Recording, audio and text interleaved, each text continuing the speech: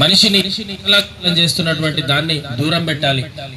పౌరులుగా మన గ్రామంలో ఎలాంటి చిన్న పొరపాటు ఏ పిల్లాడు చేసినా కానీ గమనించాలి, వాళ్ళ తల్లిదండ్రులకు చెప్పాలి. వినకపోతే సంబంధిత అధికారికి పోలీస్ స్టేషన్లో తెలియజేసినట్టుంటే కంపల్సరీ చర్య తీసుకుంటారు. మనకెందుకులే అనుకుంటే పక్కింట్లో జరుగుతుందని సపడకుంటే మన ఇంటి దాకా వస్తుంది, మన పిల్లలు దానికి బలయ్యే అవకాశం ఉంటుంది. కాబట్టి దయచేసి ప్రతి ఒక్కరు ఈ విషయంలో జాగ్రత్తగా ఉండండి. ముఖ్యంగా 6 గ్యారెంటీల్లో భాగంగా రాజీవ్ యువ వికాస్ అనే పథకం, అద్భుతమైన పథకాన్ని ప్రభుత్వం ప్రవేశపెట్టింది. అది 14 తారీఖు వరకు మనం అప్లై చేసుకునే అవకాశం. మొన్నటిదాకా 5వ తారీఖు, ఈ రోజుకే లాస్ట్ ఉండే, కానీ పొడిగించి 14 వరకు చేసిండ్రు. గరిష్టంగా 3 లక్షల వరకు మనకు రుణాన్ని అందించబోతున్నారు. దాదాపు 60% నుంచి 100% సబ్సిడీ ఉంటుంది. మనం తీసుకుంటున్న యూనిట్ 50,000 తీసుకుంటే రూపాయి కట్టాల్సిన అవసరం ఉండదు.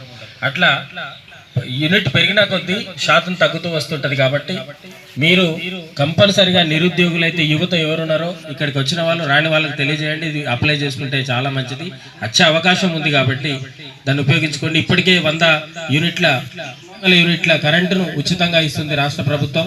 అదేవిధంగా 500లకు సబ్సిడీ, ఆడబిడ్డలకు ఉచిత బస్సు, మొన్ననే ప్రారంభమైనటువంటి సన్న బియ్యం రేషన్ కార్డు ద్వారా మనకు అందిస్తుంది రాష్ట్ర ప్రభుత్వం. కాబట్టి ఇలా అనేక సంక్షేమ పథకాలు చెప్పుకుంటూ పోతే చాలా పథకాలు ఉన్నాయి. కాబట్టి ఆ పథకాల గురించి మా ప్రవీణ్ అన్న ఒక మంచి పాట పాడతారు.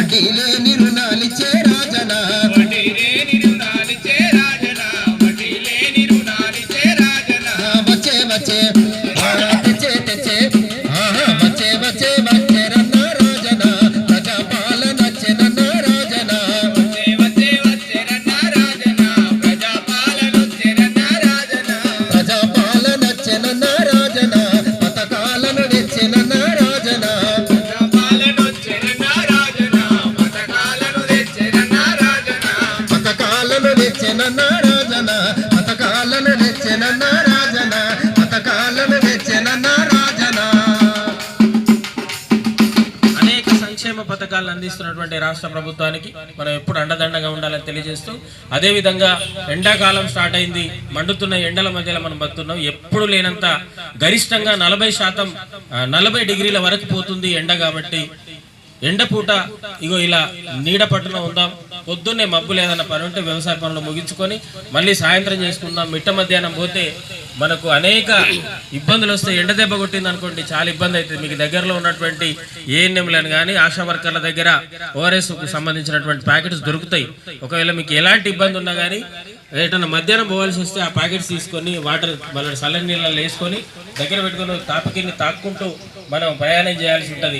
దయచేసి ఎండ సమయంలో దయచేసి నీడ పట్టునే ఉండాలని తెలియజేస్తూ ఈ కార్యక్రమానికి సహకరించినటువంటి గౌరవ కార్యదర్శి గారు, కారోబారి గారు, అదేవిధంగా ఆశా వర్కర్లు, అంగన్వాడీ టీచర్లు, గ్రామ పెద్దలు, గ్రామ పంచాయతీ సిబ్బంది, ప్రతి ఒక్కరికి పేరు పేరున తెలంగాణ సాంస్కృతిక సారథి జిల్లా పౌర సంబంధాల శాఖ తరపున మీ అందరికీ కళాభివందనాలు తెలియజేసుకుంటూ కార్యక్రమాన్ని ముగిస్తున్నాం. Thank you.